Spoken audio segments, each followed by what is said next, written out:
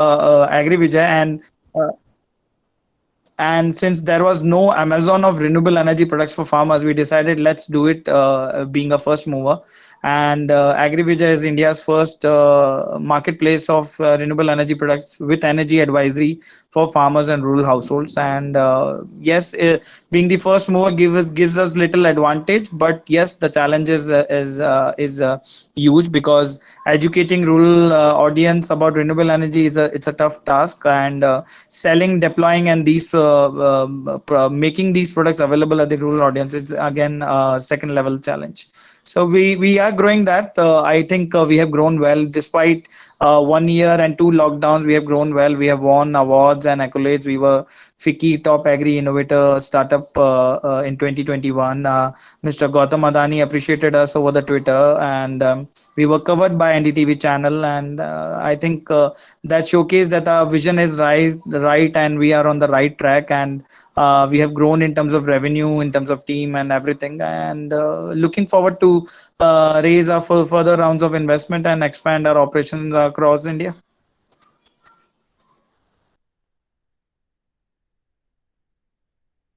Harshit, we can start with the question Q&A session. Yeah, I was also on mute while I was speaking. Yeah. Thank you so much, Vimal sir, for your like inspiring journey. I think it's inspiring would be an understatement to like begin with at least. Uh, for the first question we have is that are there any tips or advice about how to enter into any niche market? Um, so anything, sir, you'd like to say on that? Okay, so see, whenever you're trying to enter into a niche, make yourself comfortable that you are going to have a tough fight, because building yourself as a brand in a niche segment is a next level task. And getting into niche is only, there is one thing which you should focus on: how you will differentiate yourself and making yourself as an integral part of the niche sector. So there are two things: you have to showcase yourself as a niche startup, and the second is you have to prove that you are solving a particular problem in that niche segment. These two things, I think, would be my tips for anyone who is looking to make a startup in a niche sector. That's great. I hope Himanshu, that question of yours was answered by Sir. Also, thank you so much, Shikhar sir, for joining us. I just wanted to say, um, Geetesh has a question about Sir. How do you think that Indian agri space is evolving, considering that India has always been an agriculture-driven economy? See, we all know that we are an agrarian economy, and our 60% population lives in rural area. But let's be honest. How many urban audience, or how many people after education think of getting into agriculture or a rural area? So I would say the sector is evolving now. After COVID, I think many people, even people who were settled abroad, they have started coming back to India, making organic farms, doing organic farming. I think this sector is evolving again with the technology. So, if I talk about the growing areas, would be AI in agri-tech. The IoT is the more aggravated sector in terms of growth.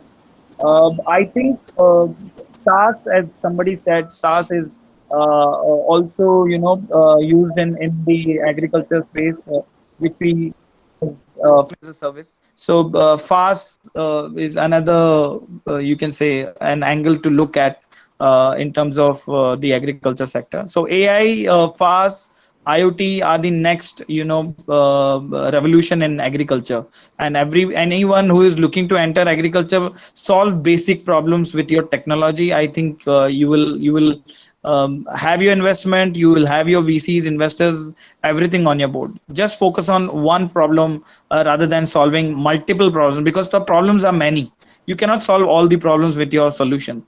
Just focus on one problem with your solution. It can be a simple problem of making a product available from farmers field to mandi. So this basic problem, if you resolve, I think, and if you are able to save 15-20% money for the farmer, I think you are solving a problem. That sounds great, I think. Yeah, solving smaller problems makes much more sense, or a simple problem. Um, Also, Yashodhan, Isha, would you like to unmute yourself and ask your questions? I think I'm speaking too much in this meeting already. Yashodhan, would you like to unmute and ask your question? Yeah, sure. So I just want to understand one thing, that what exactly is the business model that you employ in your business? Like, is it like you being a middleman and sourcing the products from somewhere and selling it? Or are you also directly involved in the technological aspect and the manufacturing aspect of these technologies? So, Yashodhan, what is happening is all these renewable energy companies were manufacturing these products. But what happens with renewable energy is, first, it's not sellable. It's not like an FMCG product like Bisleri. You are thirsty, you will buy a Bisleri. But even if you need a biogas, or even if you need a solar water pump or a solar inverter, you are not going to buy it because it's not a need for you right now. So it's a kind of a push selling happening in the renewable energy right now. And most of these companies have dealer distributor model, which is located in urban or semi urban areas, so they don't have any access to the village. All these products, suppose if I'm staying in a village, I want to buy an electric tractor. I don't have a shop in my village to buy an electric tractor. So we have these offline renewable energy stores where a farmer can go and discuss that I have an investment on diesel this much, my expense is this. Can I buy an e-tractor? So with the help of energy advisory, we sell, we recommend, and we deploy the solution for him at the village level. And if you talk about the technology, we are developing an AI ML kind of a technology where we will have a conversation in local language with the farmers, where we will understand the waste availability of the farmers. So suppose if any farmer says, I have 100 kg of cow dung available at my end, or 100 kg of waste available at my end, can I harness into biogas and generate some electricity? Then we have a solution for him in terms of his budget as well. So this kind of level, or this kind of business model we are working with. I Thank hope you I so answered much. your question. Yes, you did. Thank you so much. Yeah. Isha, would you like to go next? Sure. Okay, so I just wanted to ask. It's related to as you mentioned that you were basically talking about savings for farmer. Everyone was talking about earning, but no one was talking about savings. So my question to is specifically, since we all know that we have different challenges when we are dealing with farmers, how what was your biggest challenge in terms of educating them for from moving to savings, because a lot of farmers don't even have enough to fulfill their needs. So how did you ensure that specifically for that level of farmers, what exactly was your strategy to educate them to think about savings?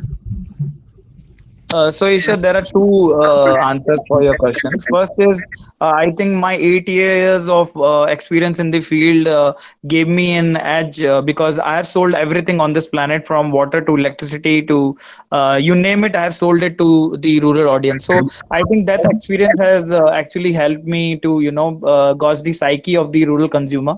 This is first. The second is how you even if a layman wants to sell something to a rural consumer, any rural consumer, we all are Indians, we look for savings for normal elements. So suppose I will straight away tell you that I want to save money on my LPG gas. How you can help me? So I am spending 1,000 rupees on LPG every month. That means 12,000 a year. Can you help me to save? Then my question was, yes, I can help you to save if you have 30 kg of cow dung with you. If you have 30 kg cow dung with you every day, I will save 12,000 for you, and I will have an ROI of 3 years for you. The remaining 7 years of warranty on a biogas digester product will be your savings. So the conversation with your product has to be there, but it should solve some problem of the farmer. So there are two things. First, dig out the problem he is facing, because you have to dig out that problem, and then match it with your product. This is like lock and key relationship. The moment lock has key has lock, I think you have already sold it. You have made a sale. I hope I have answered your question. Yeah, it was an interesting answer. Thanks.